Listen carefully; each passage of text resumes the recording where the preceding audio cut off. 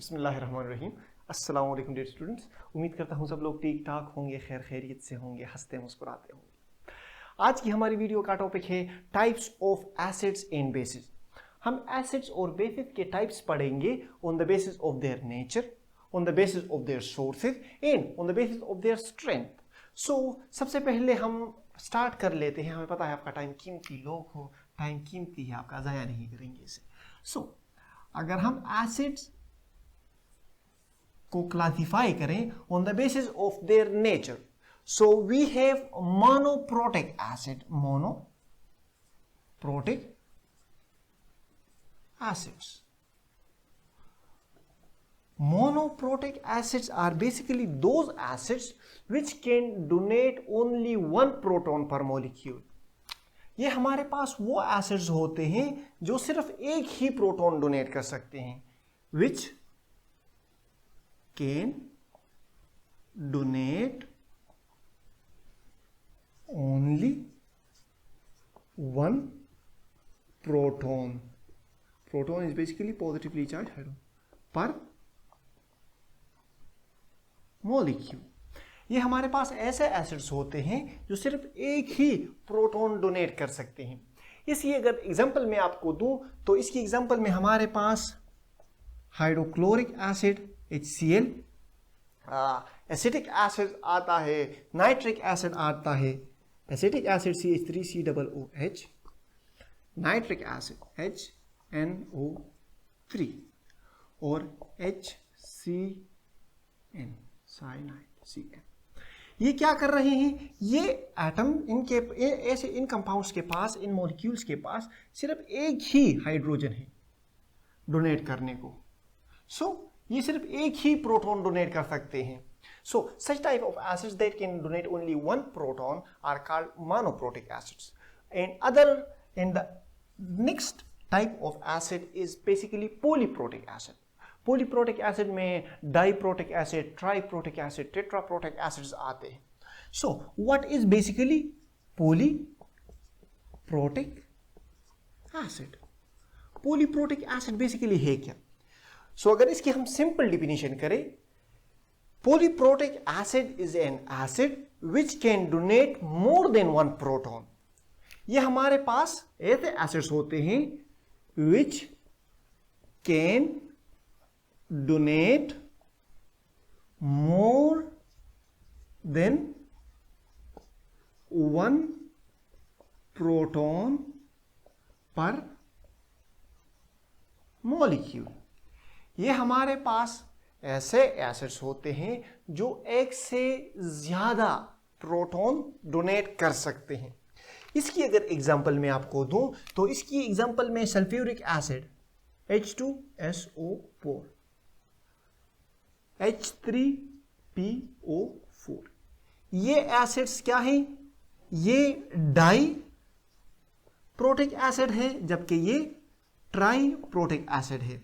देखिए, ये sulphuric acid हमारे पास 2 प्रोटॉन डोनेट कर सकता है एंड H3PO4 हमारे पास यहां पे क्या कर सकता है? 3 प्रोटॉन्स डोनेट कर सकता है। ये कंपाउंड्स, ये एसिड्स एक से ज्यादा प्रोटॉन्स डोनेट कर सकते हैं। That is why we are calling them polyprotic acids. Basically हम जो एसिड्स की मतलब mono acetic acids and polyprotic acetic acids को हम डिफाइन कर रहे हैं, तो basically we are studying the donation of their proton. ये जो प्रोटॉन डोनेट कर रहे हैं इसके बेसिस पे हमने इसे क्लासिफाई किया है। अच्छा, अब अगर बेसिस की हम क्लासिफिकेशन करें, बेसिस, बेसिस की क्लासिफिकेशन, एसिड की क्लासिफिकेशन हमने on the basis of there donation of H+ ion की। बेसिस की क्लासिफिकेशन हम बेसिकली करते हैं on the basis of donation of there OH- ion. OH- ion के बेस पे हम बेसिस की क्लासिफिकेशन करते हैं। देखिए, अगर इसकी हम क्लासिफिकेशन करें तो इसमें भी similar to monoprotic acid and polyprotic acids. Bases can be classified into monoacidic acid, monoacidic base, monoacidic base and polyacidic base. What are monoacidic bases? Monoacidic bases are basically those bases which can donate only one hydroxyl ion per molecule. Monoacidic bases हमारे पास ऐसे basis होते हैं जो सिर्फ एक ही hydroxyl ion donate कर सकते हैं पर मॉलिक्यूल. इसकी अगर एग्जांपल मैं आपको दूं तो इसकी एग्जांपल में lithium hydroxide, sodium hydroxide, potassium hydroxide, ये क्या है? इनके पास एक OH है. इनके पास एक OH होने की वजह से ये सिर्फ एक ही हाइड्रोक्साइल आयन प्रोड्यूस कर सकते हैं और इनके एक हाइड्रोक्साइल आयन प्रोड्यूस करने की वजह से हम इन्हें मोनोएसिडिक बेसिस कहते हैं. अच्छा, अब आते हैं पॉलीएसिडिक बेसिस की तरफ. What are polyacidic bases? Polyacidic bases हमारे पास ऐसे बेसिस होते हैं बच्चे जो एक से ज्यादा हाइड्रोक्साइल आयन डोनेट कर सकते हैं, which has the ability to donate or which can donate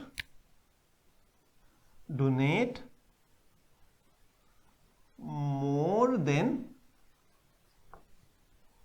one hydroxyl ion per molecule. जो एक से ज्यादा हाइड्रोक्साइल आयन डोनेट कर सकते हो पर मॉलिक्यूल. इसकी अगर एग्जांपल मैं आपको दूं तो इसकी एग्जांपल में हमारे पास कैल्शियम हाइड्रोक्साइड, इसको हम डाई एसिडिक बेस भी कह सकते हैं. मैग्नीशियम हाइड्रोक्साइड, एल्यूमिनियम इंग्लिश वाले ब्रिटिश जो ब्रिटिश एक्सेंट है ना उसमें एल्यूमिनियम हम उसे एल्यूमिनियम कहते हैं. जो अमेरिकन एक्सेंट है ना अमेरिकन इसे एल्यूमिनियम कहते हैं, एल्यूमिनियम. तो अब आप डिसाइड कर लो कि ब्रिटिश हो कि इंग्लिश हो. अगर आप ब्रिटिश हो या अमेरिकन हो, ब्रिटिश हो तो इसको एल्यूमिनियम कहोगे और अगर अमेरिकन ड्रामे वगैरह सीजन वगैरह ज़्यादा देखते हो तो इसको फिर एल्यूमिनियम कहोगे. मैं तो पाकिस्तानी हूँ तो मैं तो एल्यूमिनियम कहूँगा. Aluminium hydroxide and basically iron FeOH3. These are the examples of polyprotic acids. अच्छा, ये तो हो गए on the basis of their nature, हमने इसकी क्लासिफिकेशन कर ली. अच्छा, अब आते हैं इनकी क्लासिफिकेशन करते हैं on the basis of their sources. इनके सोर्सेज के बेस पर इनकी क्लासिफिकेशन करते हैं. इनके सोर्सेज के बेस पर अगर हम इनकी क्लासिफिकेशन करें so the first one is organic acids. Organic acids हमारे पास ऐसे एसिड्स होते हैं जो लिविंग ऑर्गेनिजम्स से जो एसिड्स हासिल किए जाते हैं या जो ऑर्गेनिक मैटर से हम एसिड्स हासिल करते हैं उनको हम ऑर्गेनिक एसिड्स कहते हैं. So organic acids are the acids which is obtained from living organisms or organic matter. अच्छा, इसकी एग्जांपल्स में हमारे पास formic acid, acetic acid, propanoic acid आते हैं. So and these organic acids are basically weak in nature. ये organic acids हमारे पास वीक एसिड्स होते हैं. दूसरे होते हैं हमारे पास inorganic acids. Inorganic acids, inorganic acids को हम मिनरल एसिड्स भी कहते हैं। इनऑर्गेनिक एसिड्स की अगर हम डिफिनेशन करें, so inorganic acids are those acids which are obtained from inorganic compounds, or we can say that which are obtained from minerals. Inorganic acids हमारे पास ऐसे acids होते हैं which are obtained from, जो हमारे पास inorganic compounds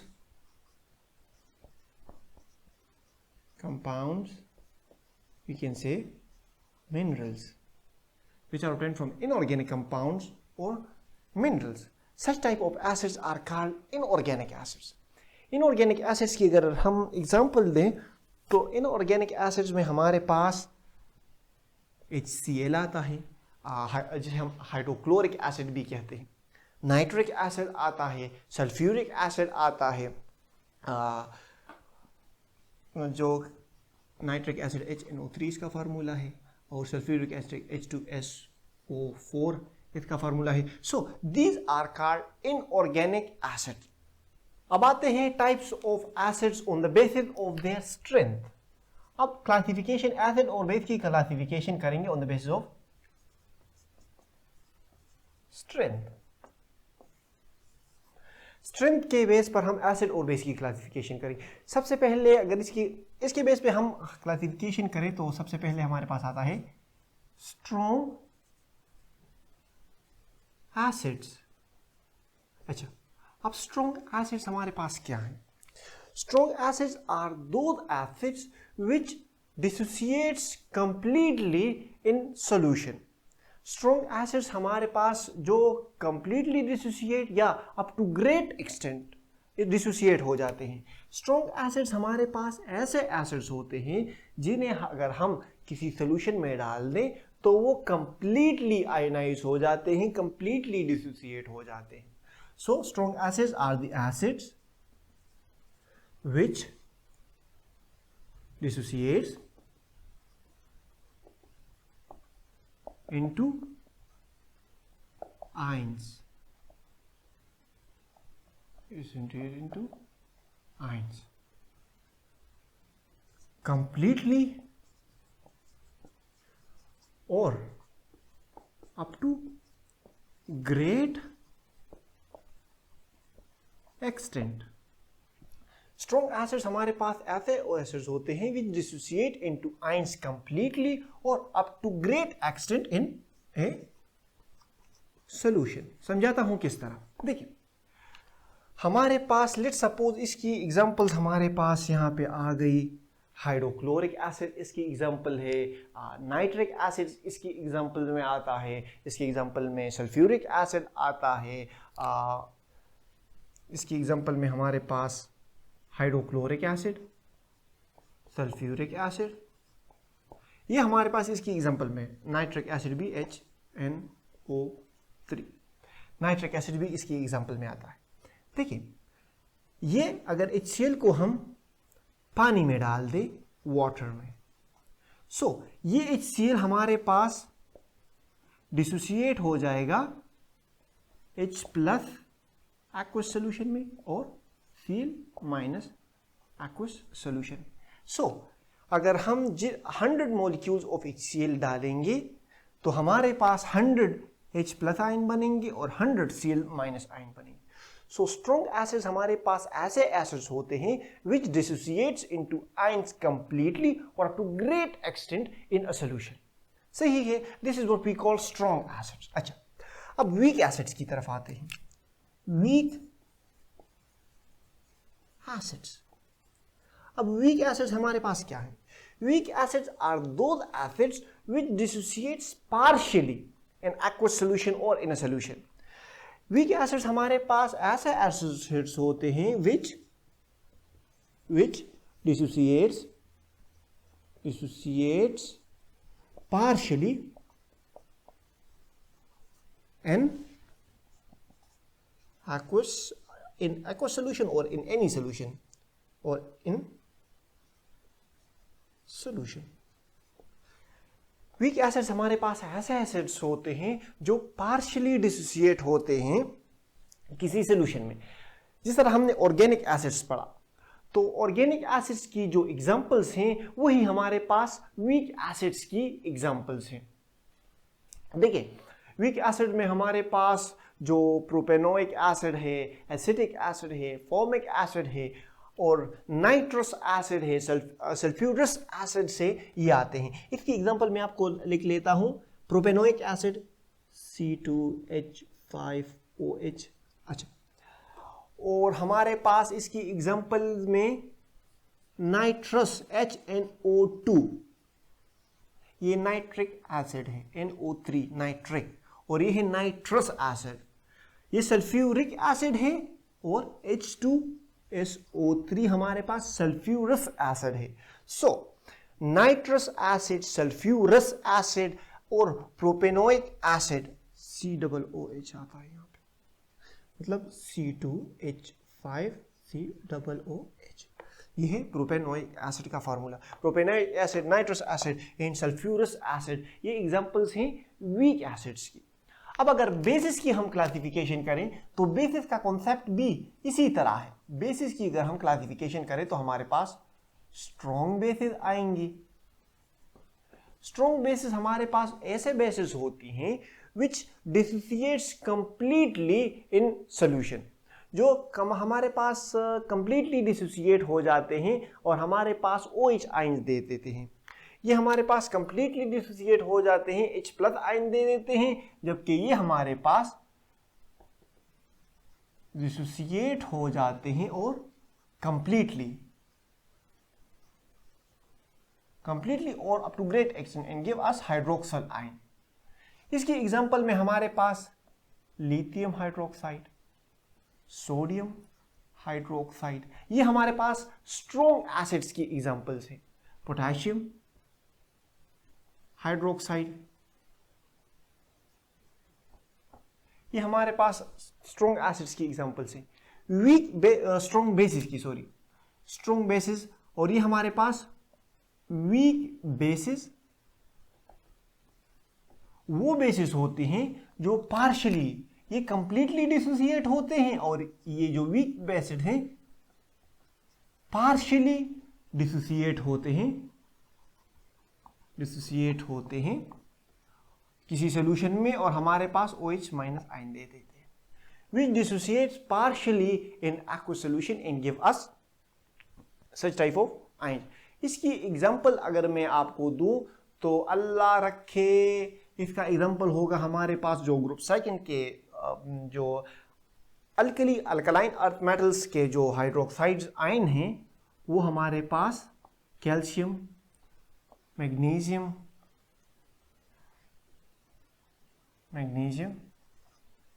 हाइड्रोक्साइड, और जो third group है एल्यूमिनियम।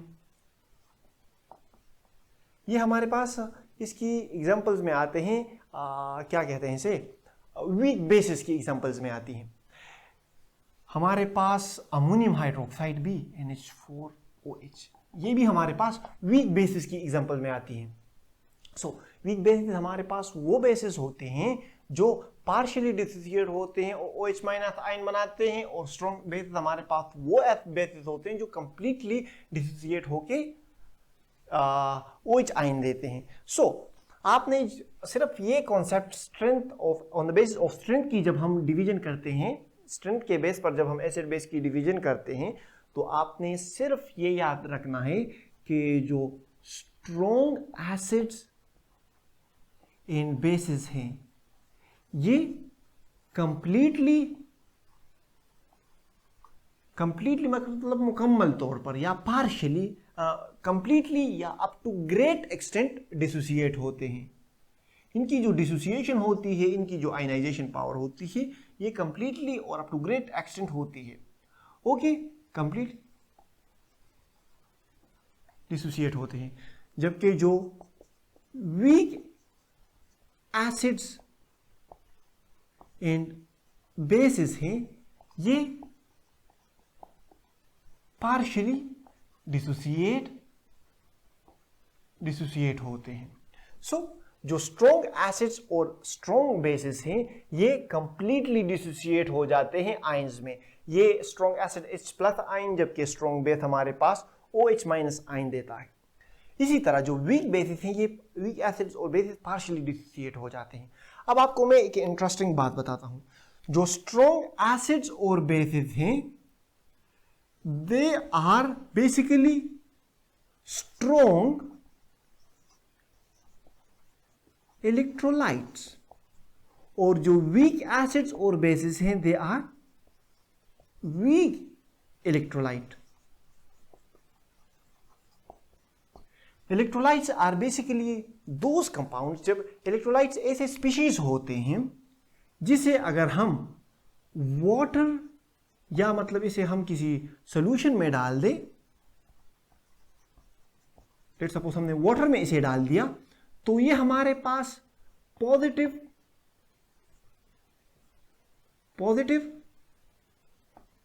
और नेगेटिव आयंस बना लेते हैं।